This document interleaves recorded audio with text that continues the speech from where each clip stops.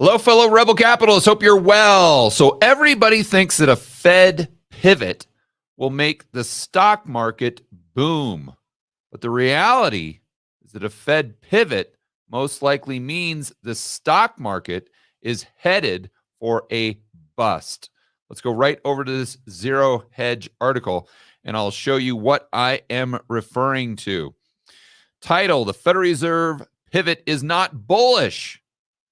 And I want to give full credit to the author. This is from Michael Leibowitz, and he is partners with Lance Roberts, who is fantastic. Lance is always on my good buddy Adam Taggart's podcast, Wealthy On. So if you haven't checked that out, definitely do so. But their website is realinvestmentadvice.com. And again, Michael and Lance are fantastic. Don't agree with them on everything, but they're super, super sharp and definitely worth following. So an old saying cautions one to be very careful about what one wishes for. Stock investors wishing for the Fed to pivot may think that their logic, or they think that their logic is that if the Fed pivots, the stock market is going to skyrocket higher. You hear this everywhere. Oh my gosh. And you see it with all the risk assets, with the FANG stocks, with I guess the Kathy Wood, if you want to put her fund in there as a proxy for the high risk stocks in the NASDAQ. It's all about these growth industries or these growth stocks. And I think this is one of the main reasons why you see Bitcoin go up so dramatically. I don't know that it's really because everyone is taking their deposits out of the banking system and then buying Bitcoin because that's the new safe haven and that's the new store of value, or that's where everyone is storing their savings. I think it's maybe part due to that, but more so because everyone's just betting that the Fed is going to pivot and everyone's going to pile into risk assets. And then Bitcoin is kind of a leveraged way to play that bet. But what Michael is saying is time out here, guys. You're not understanding history. Because if we actually look at history, we see that the Fed pivot is by no means bullish for the stock market. Let's get down to this chart and I'll show you exactly what I'm referring to.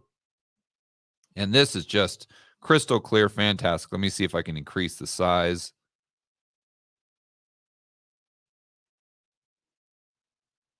Perfect. There we go. So Fed funds rate cuts compared to the max drawdown in the S&P 500. And Michael goes back to 1969. We've actually talked about that recession in some recent videos. And then the big stock market crash was 1974-ish, when the total drawdown was about 50%. That's in nominal terms. Imagine what that would have been in real terms, adjusted for inflation. But his whole point is to show you that when the Fed starts to, quote unquote, pivot or starts to lower rates, that's when the stock market usually goes down the most. It's not before, it's not in the rate hiking cycle. Now, it is true that often the stock market will go down during that rate hiking cycle. But the blunt, or the maximum drawdown is usually once the Fed starts to pivot, or once the Fed starts to lower rates. So, then the question becomes, okay, well, when are they going to start to lower rates? If you look at the market, that's the market, a lot smarter than I am. The bond market and other money markets like that are predicting probably June, July, right in the middle of this summer. And my goodness, look at what happened during the GFC, for heaven's sakes. The Fed paused and then they pivoted. And from the time they paused to the time they dropped rates all the way down to zero, the stock market went down by 56.67%. Jeez. And look at the dot-com bust, 44.67%. That is just staggering. And it's just amazing that everybody thinks that the Fed dropping rates is bullish for the stock market. But they forget the reasons why the Fed is dropping rates. And the reason why they're dropping rates is because the whole world is collapsing. And if we've got Armageddon and therefore the Fed dropping rates, that is not bullish for the stock market. People tend to forget that. I think the reason why, and we'll get into that in this very next chart. Let's go to it right now because it's interesting human psychology. Here's the reason why, in my opinion. Because once the Fed drops rates all the way down and they bottom out, then the stock market usually goes up. So people are just equating the low Fed funds rate to stocks going up.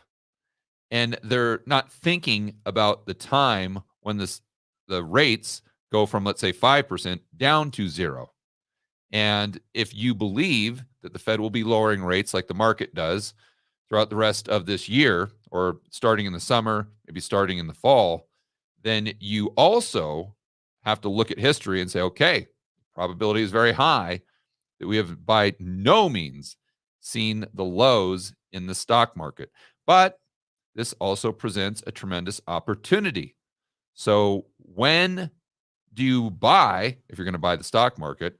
Well, you most likely would buy once the Fed has already taken rates down to 0. Now, I don't think that's a perfect catalyst because I think it's going to have to be combined with fiscal. We talk about this all the time on the channel, how the Fed put kind of expired in March of 2020. But this gives you a reasonable time frame as to what you should, how maybe you should think about your portfolio in terms of timing. I can't tell you what to do because everyone's different. I can't give anyone individual investment advice, but I can tell you what I'm doing for my portfolio. And I just did a video yesterday with Patrick Seresna about buying puts, and I'll probably do something like that. But again, what I'll do is I'll look at corporate earnings. That is one of the catalysts that we talked about with Patrick yesterday. That's very, very important. So once you start to see corporate earnings go down, then you combine that with the Fed pausing and then maybe even dropping rates. That's when you know there's probably a lot of downside with the S&P 500. But again, when they drop those rates all the way down to 0, that could be one catalyst. And if you combine that with some other catalysts, that may be the time to hit the bid or to actually buy. I shouldn't say hit the bid. That'd be the opposite. But that would be the time to actually maybe pull the trigger on buying some of those stocks or assets that are on your current watch list.